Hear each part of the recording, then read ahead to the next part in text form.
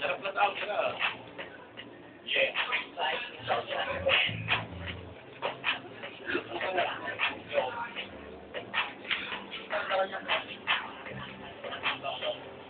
yun? Ito.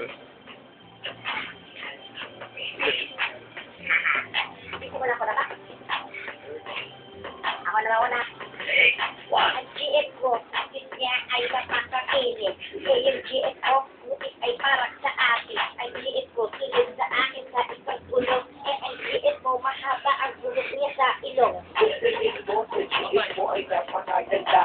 Napakalaki naman na kaya mga kapatid mo na ang GF mo may toothpaste. Bakit ang Conrox ginagawa yung toothpaste? Ang GF ko, sonrok ang ginagamit pang sipilyo. Yung GF mo naman mukha ay parang ginanchilyo. Kaya huwag ka na sa akin magmayabang kasi ang GF mo pare ay napakatabang.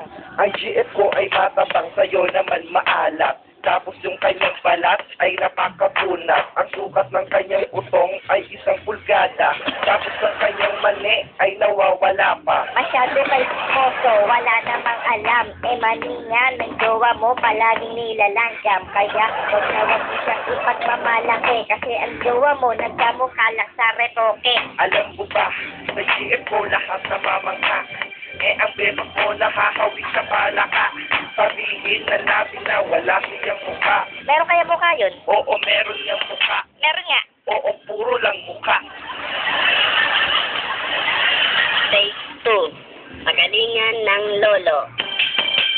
Pagalingan lang ng lolo, panis ka sa akin. Dahil ang lolo ko, malaki ang utik. Yung huli niyang biniyak, ang matris ay wasak. At balita ko na pati ang abdo ay pisak.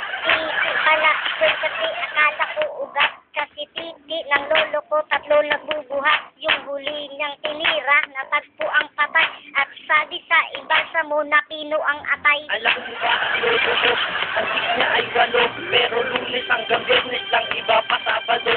Ang lolo mo, nakita ko, ang niya ay pilay. At ako'y napasigaw, kala ko na buhay na patay. Sabi mo ang lolo ko, ang tik niya ay pilay. Yung tik nga ng lolo mo, nabubulok na yung puday. Mga mukhang tambay doon sa Mark 1 at ang mga pek-pek nila'y may langgam.